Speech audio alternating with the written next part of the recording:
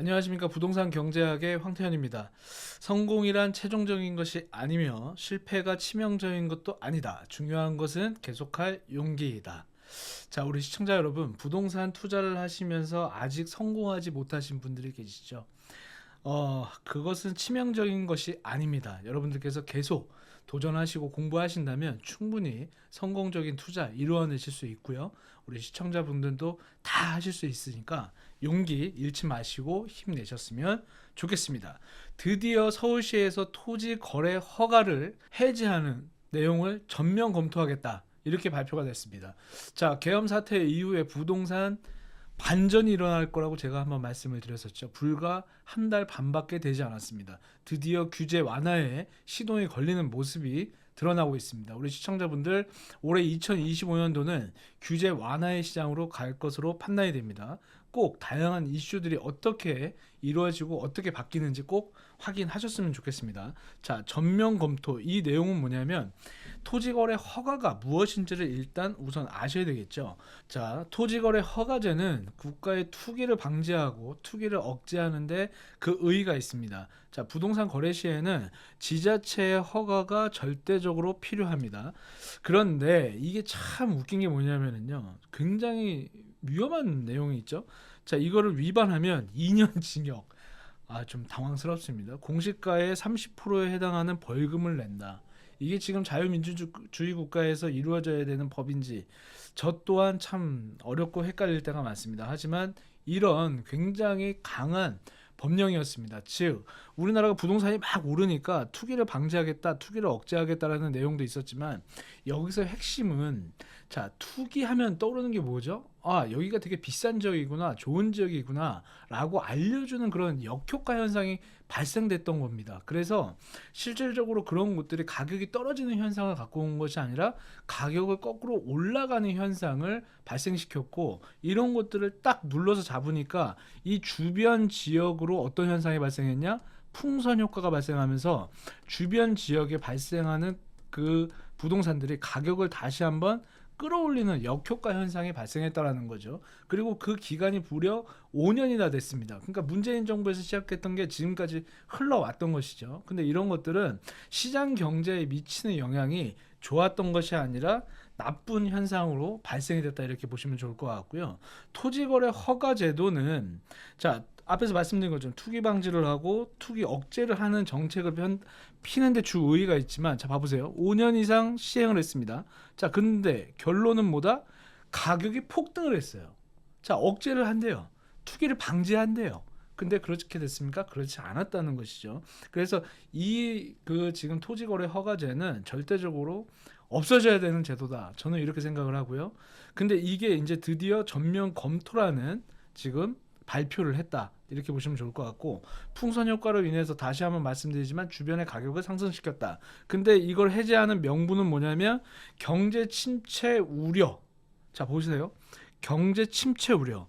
제가 한 달 전에도 말씀드렸다시피 이 탄핵 국면이 오거나 경기가 안 좋을 때는 세 가지 정책을 핍니다. 부동산 거래 활성화에 대한 정책을 피고요. 그 다음에 건설 경기를 활성화하고자 하는데 주의를 둔다고 말씀을 드렸죠. 그리고 세 번째는 뭐냐면, 자, 이런 어떠한 악재로 작용하는 제조들을 완화시킨다. 이게 가장 큰 핵심인데, 앞으로는 이런 완화 정책이 계속해서 나올 것으로 판단이 됩니다. 이제 2025년도는 우리 시청자분들께 부동산 투자를 할 수 있는 기회의 장으로 다가올 것으로 예상됩니다. 꼭 지금부터 나오는 많은 이제 완화 정책들이 쏟아져 나올 거기 때문에 집중해서 그런 내용들을 접하시고 공부를 하셔서 기회를 찾을 수 있는 그런 시간을 우리 시청자분들이 가지셨으면 좋겠습니다.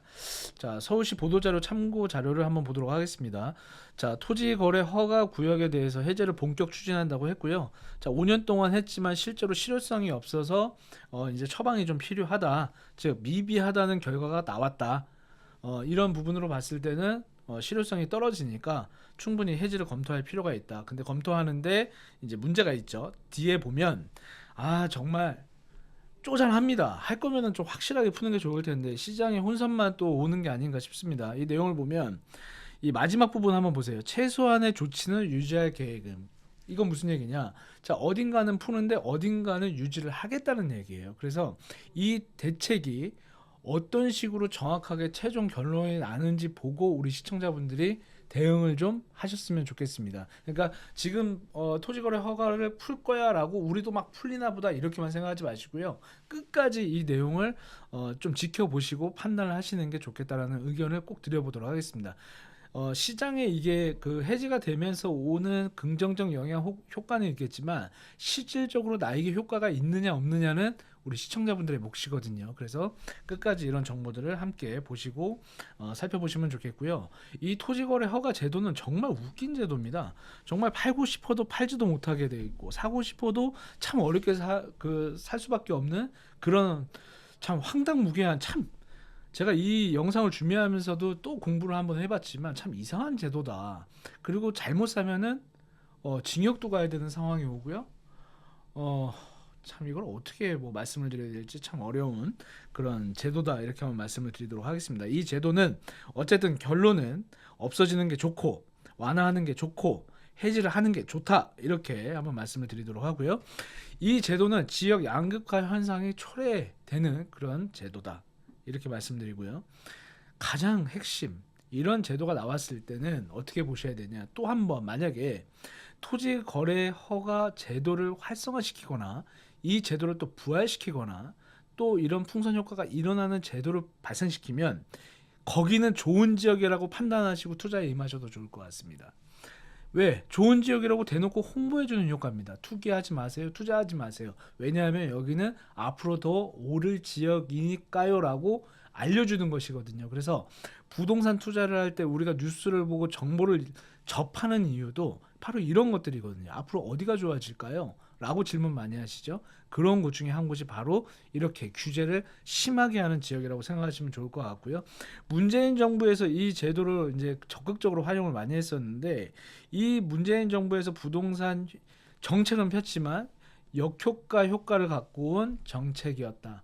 근데 그게 지금까지도 이 시장에 유지가 됨으로 인해서 참 다양한 혼선이 많이 왔었죠. 근데 결국에는 뭐라고 나왔습니까? 앞에서 보신 것처럼 미비한 효과만이 작용하고 있었다. 그러니까 결국에는 미비하니까 쓸 필요가 없는 정책인데 썼다. 이렇게 볼 수밖에 없겠죠. 그래서 이 제도는 완화돼야 되고 해지가 돼야 되는 정책이다라고 보시면 좋을 것 같습니다. 자, 서울의 토지거래 허가구역이 해지되면서 발생하는 효과들을 한번 보도록 할 텐데요. 일단 강남, 서초, 송파 같은 경우에는 매도 대기를 하게 될 것입니다. 즉 시장에 어떤 효과가 발생하고 어떤 변동성이 발생하는지를 보고 움직일 걸로 판단이 되고요. 이게 풀렸을 때는 급작스럽게 물량이 쏟아질 수도 있기 때문에 일단 숨고르기로 들어갈 수도 있다라고 한번 판단을 하시면 좋을 것 같고 매수자도 매도자도 대기 상태에 갈 거라고 판단이 되기 때문에 이 정책이 확실하게 발표가 되면 움직이는 게 좋다라고 제가 한번 말씀을 드리도록 하고요. 자, 서울의 주요 재개발 재건축 시장 그 단지들이 거래가 좀 활성화될 것으로 기대는 됩니다. 즉 이걸 해지하는 주 목적은 이제 좀 미비하니까 거래 활성화를 해야 한다. 경제가 안 좋으니까 거래를 활성화해야 된다. 부동산에 거래가 활성화되지 않아서 중개업소 사장님들도 얼마나 힘들겠습니까? 그러니까 거래를 활성화하는데 가장 큰 기대를 모으고 있는데 그 중에서도 재개발 재건축 시장으로 거래가 활성화될 것으로 판단이 된다. 이렇게 보시면 좋을 것 같고 물량이 쏟아져 나올 때는요. 우리 재개발이나 재건축에 투자하고 싶은 우리 시청자분들도 계시죠? 잘 보고 계시다가 저점에서 들어갈 수 있는 기회가 분명히 올 것으로 판단이 되니까 꼭 지켜보시면 좋을 것 같고요.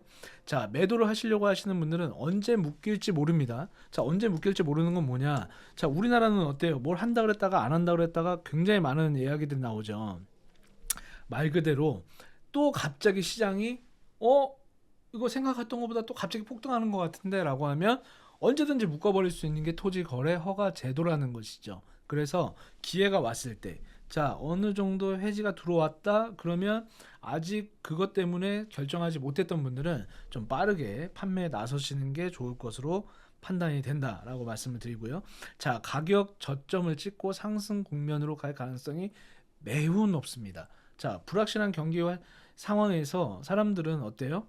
그래도 기회가 있는 시장으로 진입을 하고 싶어요. 재개발이나 재건축, 신규 아파트로 진입할 수 있는 기회를 만나고 싶고 고가의 분양을 받기보다는 저가의 매입을 해서 입주권을 확보하고 그 입주권으로 조합원 분양가에 신규 아파트를 받고 싶은 희망이 가장 큽니다. 그래서 구축 아파트인데도 불구하고 사고 싶었던 심리를 갖고 있는 분들이 시장으로 계속해서 진입할 가능성이 매우 높고요. 청약 통장을 갖고 있다 하더라도 핵심 지역에는 사실 청약으로 일반 분양을 받을 수 있는 기회가 많지가 않죠. 그래서 진입하기가 너무 어렵잖아요. 그렇다면 어때요? 그 수요자들이 몰릴 수 있는 환경이 마련이 된다. 그렇다면 자 봐보세요. 공급은 한정되어 있습니다. 그 위치는 한정되어 있죠. 근데 거기에 살려고 사람들이 몰려들면 가격은 자연스럽게 오르는 현상이 발생될 수 있고요. 자 앞에서 말씀드린 것처럼 이런 것들로 인해서 재개발 재건축은 활성화를 할 수밖에 없는 환경으로 갈 것이다 라고 보여지고요. 그 활성화라는 건 제도와 정책도 있겠지만 시장의 심리가 움직이는 것이거든요. 자 여기가 개발이 되면 좋아질 거야. 자 개발이 되면 신축 아파트가 들어올 거야 라는 건 바보가 아닌 이상 다 알고 있는 내용이에요. 그렇다면 여기를 왜 들어가겠습니까? 신규로 개발하기 걸 기대하고 들어가겠죠. 그러면 들어가는 수요자들은 실수요자가 아니라 투자 수요자예요. 투기를 억제하고 투자를 억제하려고 했던 그 투자자들이 들어가기 시작하면 동의도 빠를 것이고요. 자, 뭔가 개발합시다라고 하는 그런 어떤 추진력들이 탄력을 받게 되거든요. 그 탄력 때문에라도 어떻게 된다? 개발이 조금 더 빨라질 가능성이 매우 높다. 자, 모아타운이라든가 신속통합개발, 역세권 개발도 굉장히 빠르게 활성화가 되겠죠. 자, 신속통합개발이 재개발이지만 토지거래 허가구역이 있었고요. 자, 모아타운도 급등할까봐 이런 제도들로 억압을 눌러놓고 있었는데 실제로 보니까 어떻습니까? 억압을 눌러놓지 않아도 거래가 잘 되지 않는 시장이 돼버린 거죠. 그래서 이런 시점에서는 정확하게 풀 수 있는 부분은 좀 확실하게 풀 필요가 있다.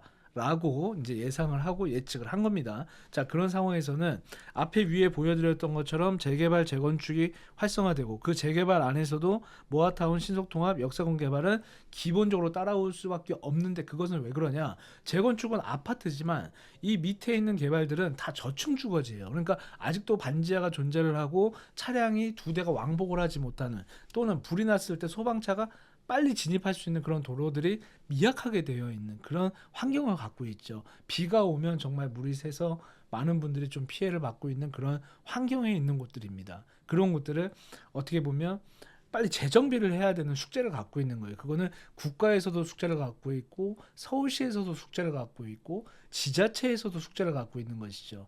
그런데 이런 것들이 기존에 있는 분들에게는 어려운 환경에서 탈출할 수 있는 탈출구가 되는 것이고요. 매수자들에게는 또는 투자자들에게는 하나의 기회를 볼 수 있는 것이죠. 왜냐하면 이미 지어진 아파트라든가 신규 아파트를 살 수 없는 그런 진입을 하지 못하는 저가의 자금을 갖고 계시거나 아직 내 집 마련을 하지 못하신 분들에게는 하나의 기회의 시장으로 볼 수가 있거든요. 그래서 그런 시장이 자연스럽게 돌아갈 수 있게 환경을 만들어 주는 것도 국가의 책무다. 저는 이렇게 보여지는데 이번 토지 거래 허가 제도에 대한 해지 방안에 따라서 이런 것들이 굉장히 활성화될 것으로 보여지니까요. 이런 개발 예정지들에 우리 시청자분들이 조금 더 관심을 가지시고 적극적으로 한번 투자에 임해 보시는 것도 좋겠다라고 말씀을 드리도록 하고요. 자, 작은 매물 위주로 거래가 활성화될 가능성이 매우 높습니다. 지금 고가의 부동산들이 아무리 사고 싶다 하더라도 대출이 많이 나오지 않죠. 자, 두 번째 현금으로 다 사야 되는데 현금에 대한 조달도 굉장히 어려운 환경이 만들어질 겁니다. 그렇다면 비싸고 높은 가격대에 형성되어 있는 주택이나 부동산들 위주로 먼저 움직이는 게 아니라 저가에 형성되어 있는 10억 이하, 5억, 6억 이하 이런 정도의 부동산들이 먼저 급 거래로 활성화될 가능성이 매우 높으니까 저가에 있는 단지들이나 가격이 싼 지역들은 우리 시청자분들께서 선점해서 들어갈 준비를 지금부터 하셔야 된다. 이 제도가 완화됐다는 소식이 퍼지고 나면 어떤 일이 벌어지겠습니까? 너도 나도 뛰기 시작합니다. 그렇게 되면 순간적으로 단기적 가격이 상승하면서 내가 예상했던 투자금보다 더 들어가야 되는 상황이 올 수도 있습니다. 왜냐하면 자, 부동산을 소유하고 있는 사람은 어때요? 갖고 있는 사람은 팔 때 더 받고 팔고 싶은 게 사람의 심리고요. 사는 사람은 싸게 사고 싶은 게 사람의 심리지만 제도는 누구에게나 똑같이 반영되는 거기 때문에 갖고 있는 분들이 지금 이 정보를 접하면서 내가 좀 기다려봐야 되나? 좀 더 가격 오르는 걸 좀 지켜봐야 되나 하겠지만 무한정 오르는 건 아닙니다. 하지만 그래도 상승적으로 가닥에 잡히게 되면 내가 생각했던 것보다 어때요? 가격이 좀 더 반영할 가능성이 있다. 그렇다면 우리 시청자분들은 조금 더 빠르게 접근을 하실 필요가 있다. 저는 이런 실효성 없는 정책은 없어져야 한다 이렇게 생각하고요. 없어짐으로 인해서 발생하는 효과가 크니까 그냥 아까 이 정책의 내용들을 보면은 미비하니까 이걸 해지할게라고는 하지만 뒤에 이면의 내용을 살펴보면 그래도 이게 너무 우후죽순으로 해버리면 역효과가 발생할 수 있으니 일부 부분은 유지를 하겠다라는 내용도 있거든요. 근데 그렇게 하지 마시고 이왕 검토하시는 거 시원하게 좀 확 푸는 쪽으로 방향을 잡으셨으면 좋겠습니다. 그거는 제가 국가에 한번 말씀을 드려보는 거고요. 꼭 없어져야 한다라고 저는 생각하니까 이거 검토하시는 분들이 조금 더 화끈하게 확실하게 좀 방향을 잡으셨으면 좋겠습니다. 자, 시청자 여러분, 자 2025년도 계속해서 규제 완화 정책이 나올 것으로 판단이 됩니다. 규제 완화, 기회 시장이 오고 있다는 것이죠. 아직 접근하지 못하고 준비하지 못하셨습니까? 많은 어려움이 있으실 겁니다. 하지만 도전하시고 용기를 내셔야지만 우리 시청자분들 부자의 길로 가실 수 있지 않겠습니까? 모두 힘내셨으면 좋겠고요. 시청자 여러분 모두 행복하시고 건강하셨으면 좋겠습니다. 우리 부동산 경제학에서는 매주 수요일 토요일 세미나를 진행하고 있습니다. 이번 1월 18일 토요일 1시에도 세미나를 진행하니까요. 좋은 정보들, 부자로 가는 길에 도움이 될 수 있는 그런 이야기들 많이 들려보도록 노력하도록 하겠습니다. 많은 신청 부탁드리고요. 좋은 댓글, 좋은 의견 부탁드리도록 하겠습니다. 오늘 영상은 여기서 마무리하도록 하겠습니다. 감사합니다.